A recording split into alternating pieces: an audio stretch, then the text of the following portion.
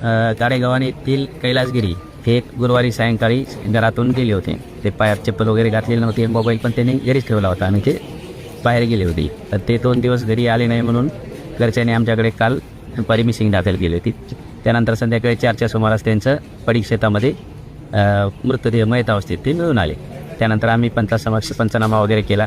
खिशात एक दारूची बॉटल मिळून आली, ती जप्त केली आणि त्यांच्या खिशात जे पैसे होते 7,800 रुपये ते त्यांच्या वडिलाच्या ताब्यात दिले आम्ही.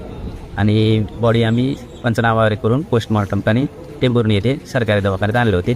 परंतु नातेवाईकांची इच्छा होती की जालना येथे पोस्टमॉर्टम व्हावं, त्यामुळे आम्ही जालना येथे पोस्टमॉर्टम आम्ही आणलेलं आहे.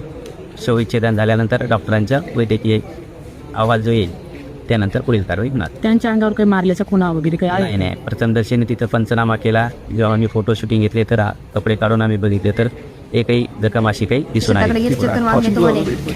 आणि त्यानंतर ते पूर्ण झाला तर आलेच नाही. मला वाटतं त्याच्यासोबत तो मित्र आहे तर ते शेतात वगैरे झोपायला गेले, काय तिकडे झोपले असं मला अंदाज वाटला. मग सुट्टी सकाळी ते आमचं बाबा फोन वगैरे केला होता, ते तिकडे आले का त्यांच्या मित्रांना वगैरे विचारलं म्हणजे नाही आले. मग बाबाला विचारलं आमची आजी आजारी तिकडे गेले का, तर असं 1-2 ठिकाणी बऱ्याच ठिकाणी कॉल केले तर नाही म्हणे.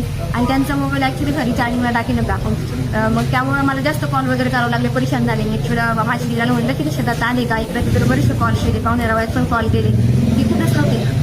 आणि मग त्यानंतर आमच्या दिराणी बाबांनी नंतर व्यवस्थित ज्या शेतात गेले ते त्या शेताकडे पूर्ण म्हणजे आसपासच्या बऱ्याचशा शेतांमध्ये त्यांना शोधलं. तिकडे एक थोडासा डोंगर आहे तिकडे पण शोधलं.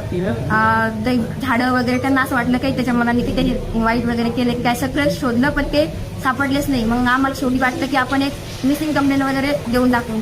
तर आम्ही काल टेंभुर्णी पोलीस स्टेशनला कंप्लेंट केली. तर जेव्हा आम्ही कंप्लेंट केली त्याच्या 1-2 तास आधीच ज्या शेतात त्यांना ते गेले होते त्याच शेतामध्ये त्यांची डायरेक्टली बॉडीच मिळाली आम्हाला. आणि त्यांची बॉडी अशा अवस्थेत होती की म्हणजे त्याचा चेहरा सुद्धा ओळखता येत नाही की ते इतक्या वाईट परिस्थितीत आढळले. म्हणजे सांगायचं म्हणजे त्यांना मारहाण केलेली होती, जबरदस्त मारहाण केलेली होती. आणि मला त्या मारहाणी माझ्या डायरेक्टली संशय की त्यांना माझं जे घराचं बांधकाम चालू आहे, सध्याला मला घरकुल भेटलेले, मी घराचं बांधकाम करते.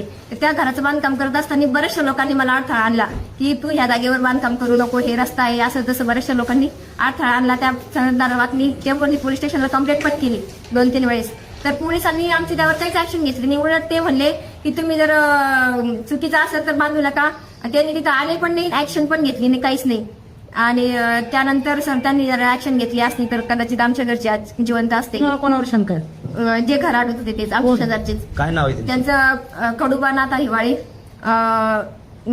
बिजू सावंत, बबन लाला, विलास मंत्री, संजू सावंत,